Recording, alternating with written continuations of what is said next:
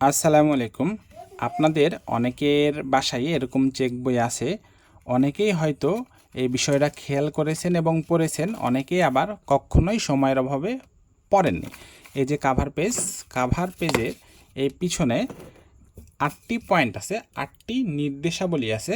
আপনাদেরকে চলুন পড়ে শোনাই আসলে এখানে কি লেখা আছে। 1 নাম্বার পয়েন্ট, এই চেক বই নিরাপদ স্থানে তালাবদ্ধ অবস্থায় রাখা উচিত। 2 নাম্বার পয়েন্ট, এই চেক বই ব্যবহারের পূর্বে পাতাগুলো গনিয়া দেখিবেন। আপনারা অনেকেই হয়তো চেক বইটা নেন এবং বাসায় চলে আসেন, কখনোই পাতা গুনে দেখেননি যে কয়টা পাতা এখানে আছে। 3 নাম্বার পয়েন্ট, নতুন চেক বই নিতে হইলে এই বইয়ের ভেতরের আবেদনপত্রটি যথারীতি পূরণ ও স্বাক্ষর করিয়া ব্যাংকে পেশ করিতে হইবে। 4 নাম্বার পয়েন্ট, অব্যবহৃত চেকসমূহ এবং আবেদনপত্রখানা ব্যাংকে ফেরত দিতে হইবে। 5 নাম্বার পয়েন্ট, চেক লেখায় কোনো রদবদল হইলে আমানতকারীর পুরা স্বাক্ষর দ্বারা তাহার যথার্থতা প্রতিপাদন করিতে হইবে। অর্থাৎ চেক লিখতে গেলে কোথাও ভুল হয়, তখন আপনারা একটানে কেটে পুরা স্বাক্ষর দিয়ে তা ঠিক করে দেবেন। 6 নাম্বার পয়েন্ট, চেকে টাকার পরিমাণ কথায় ও অঙ্কে যথাসম্ভব পরিষ্কার করিয়া লিখিবেন। মুদ্রিত শব্দ টাকার যত নিকটে সম্ভব লেখা আরম্ভ করিবেন এবং শেষে মাত্র কথাটি লিখিয়া অথবা লাইন টানিয়া দিবেন, যাহাতে উহার আগে বা পিছে আর কিছু লেখা সম্ভব না হয়। মানে যখন আপনারা কথাই লিখবেন তখন চেকে দেখবেন লেখা আছে টাকা, তারপরে ফাঁকা দেওয়া আছে।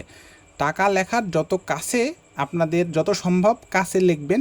কত টাকা, ধরেন 10,000 টাকা আগে টাকা লেখা থাকে, তখন আপনারা লিখবেন 10,000, পরে লিখবেন মাত্র। আর মাত্র যদি না লিখতে পারেন তাহলে একটা টান দিয়ে, এরকম করে একটা টান দিয়ে সেটাকে করে দেবেন, যাতে তারপরে আর কেউ কোনো কিছু লিখতে না পারে। সেটাই এখানে, এই কথাটা এখানে বোঝাইতে চাইছে। 7 নাম্বার পয়েন্ট, টাকা উঠাইতে হইলে কেবল মাত্র ব্যাংক হইতে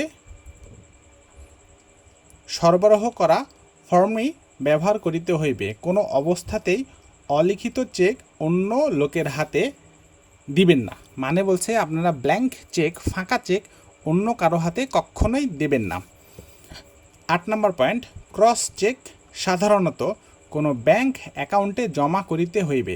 অধিকতর নিরাপত্তার জন্য আমানতকারীগণ অবিনিমেয় বা নট নেগোশিয়েবল কথাটি সহ এইভাবে এইভাবে চেক ক্রস করিবেন। এই যে এখানে লেখা আছে দেখেন, চেকের কর্নারে, চেকের যেখানে এই কর্নারে এইভাবে ক্রস দিবেন এবং এখানে লিখবেন অবিনিমেয়, নট নেগোশিয়েবল। এটা লিখলে আর মানে হচ্ছিল এটা কাউন্টার থেকে পেমেন্ট হবে না, এই চেকের টাকাটা অন্য কোনো অ্যাকাউন্টে জমা করতে হবে। এটা এখানে বলছে। আপনারা অনেকেই হয়তো এটা পড়ে দেখেছেন, অনেকেই হয়তো কখনো পড়ে দেখেননি। তাহলে এই 8টি পয়েন্টের থেকে আমরা কি শিখলাম? চেকটাকে তালাবদ্ধ স্থানে রাখতে হবে, তারপরে পাতাগুলো গুনে দেখে নিতে হবে, তারপরে এটা যদি কোথাও কাটাকাটি হয় তাহলে সেটা পূর্ণ স্বাক্ষর করতে হবে। আবার বলছে এখানে যদি যে আবেদনপত্রটা ভিতরে আছে এটা পূর্ণ স্বাক্ষর ঠিকানা লিখে আপনারা ব্যাংকে জমা দিবেন। তারপরে বলছে এখানে অঙ্কে এবং কথায় পরিষ্কার করে লিখতে বলছে, এবং চেকে যে লেখা থাকে টাকা, তারপরে যে আমরা কথাই লিখি সেইখানে সুন্দর করে লিখতে হবে এবং লেখার শেষে মাত্র লিখতে হবে অথবা একটা লাইন টেনে দিতে হবে, যাতে পরে কি আগে আর কেউ কোনো কিছু যুক্ত করতে না পারে। তারপরে এখানে বলছে ক্রস চেক, যদি কোনো চেকের টাকা আপনারা চান যে কাউন্টার থেকে নগদ পেমেন্ট না হোক, তখন আপনারা এভাবে ক্রস দিয়ে দিবেন, চেকের এই কর্নারে এভাবে ক্রস দিয়ে দিবেন।